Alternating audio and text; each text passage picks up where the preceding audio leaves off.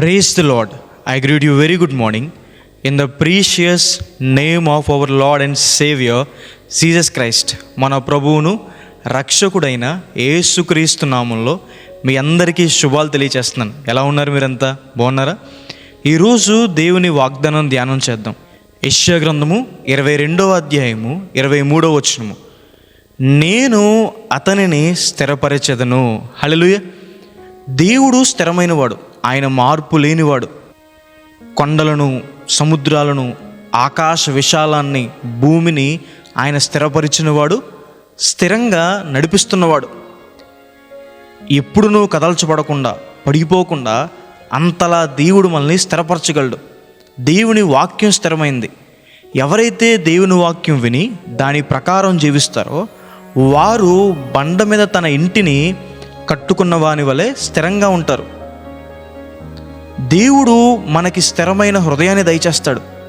కష్టాల్లో, శ్రమల్లో, శత్రువుల మీదకు వచ్చినప్పుడు భయపడకుండా ధైర్యంగా ఉండే హృదయం, మరలా పాపం చేయకుండా దేవుని మీద మాత్రమే ఆధారపడే హృదయం, స్థిరమైన మనస్సు, స్థిరమైన బుద్ధి, స్థిరమైన ప్రవక్తన దేవుడు మనకు అనుగ్రహిస్తారు.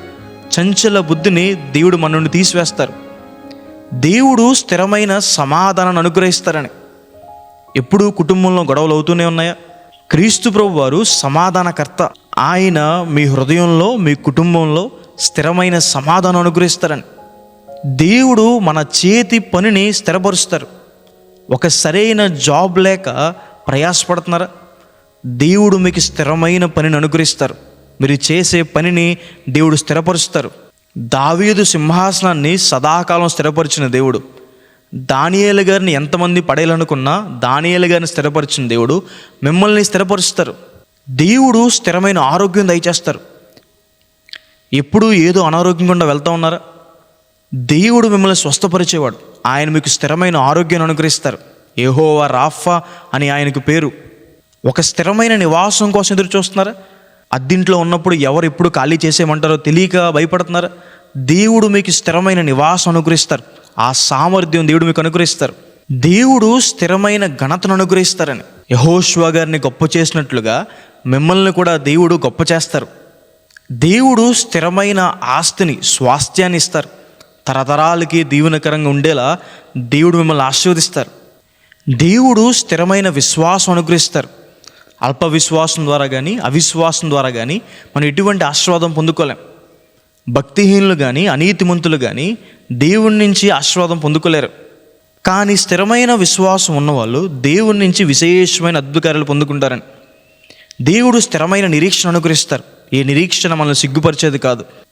ఈ లోకాన్ని మనం విడిచిపెట్టిన తర్వాత పరలోక రాజ్యంలో నిత్యము ఆయనతో పాటు ఉంటామన్న నిరీక్షణ. కాబట్టి ఈ వాగ్దానం విశ్వసించండి. స్థిరపరచబడిన వారిని చూసి, స్థిరపరచబడిన ప్రవక్తను చూసి దేవుడు ఆనందిస్తారని. దేవుడు మిమ్మల్ని స్థిరపరుస్తారు. అన్ని విషయాల్లో కూడా దేవుడు మిమ్మల్ని స్థిరపరుస్తారు. ప్రార్థన చేసుకుందాం. సర్వశక్తిమంతుడా, జీవం గల దేవైసా, ప్రభువా మీకు వేలాది వేలాది వందనాలు యేసయ్యా. ఈరోజు ఎవరైతే ఈ వాగ్దానం విశ్వాసం ఉంచుతున్నారో ప్రభువా వారి జీవితంలో మేల్చండి, స్థిరపరచండి అయ్యా.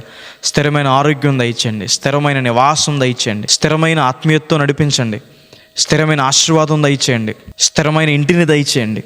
అన్ని విషయాల్లో వారిని స్థిరపరచండి, వారి చేతి పని స్థిరపరచండి, వారి పక్షాన మీరు ఉండమని కృప చూపించమని యేసు నామమున వేడుకుంటున్నాను తండ్రి. ఆమేన్. God bless you. God bless India.